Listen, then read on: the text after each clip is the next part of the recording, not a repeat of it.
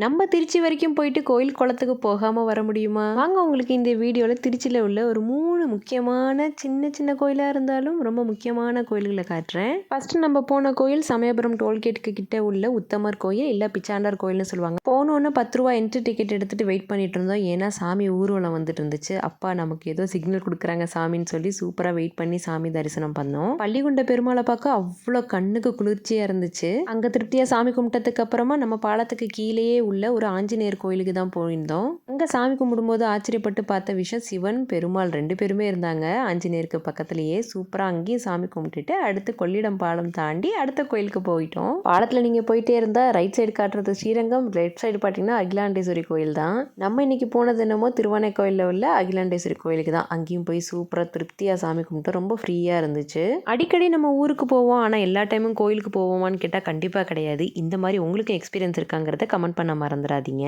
ஒவ்வொரு கோயிலில் போனப்பையும் நான் பார்த்த விஷயம், பல ஸ்டேட்ஸ்லேருந்து இந்த கோயிலுக்கு வராங்க. ஆனால் நம்ம ஊர்லேயே இருப்போம், ஆனால் நம்ம அந்த கோயிலுக்கு கரெக்டாக போக மாட்டோம். இந்த மாதிரி உங்கள் ஊரில் எந்தெந்த கோயில் இருக்குங்கிறத சொல்லுங்கள்.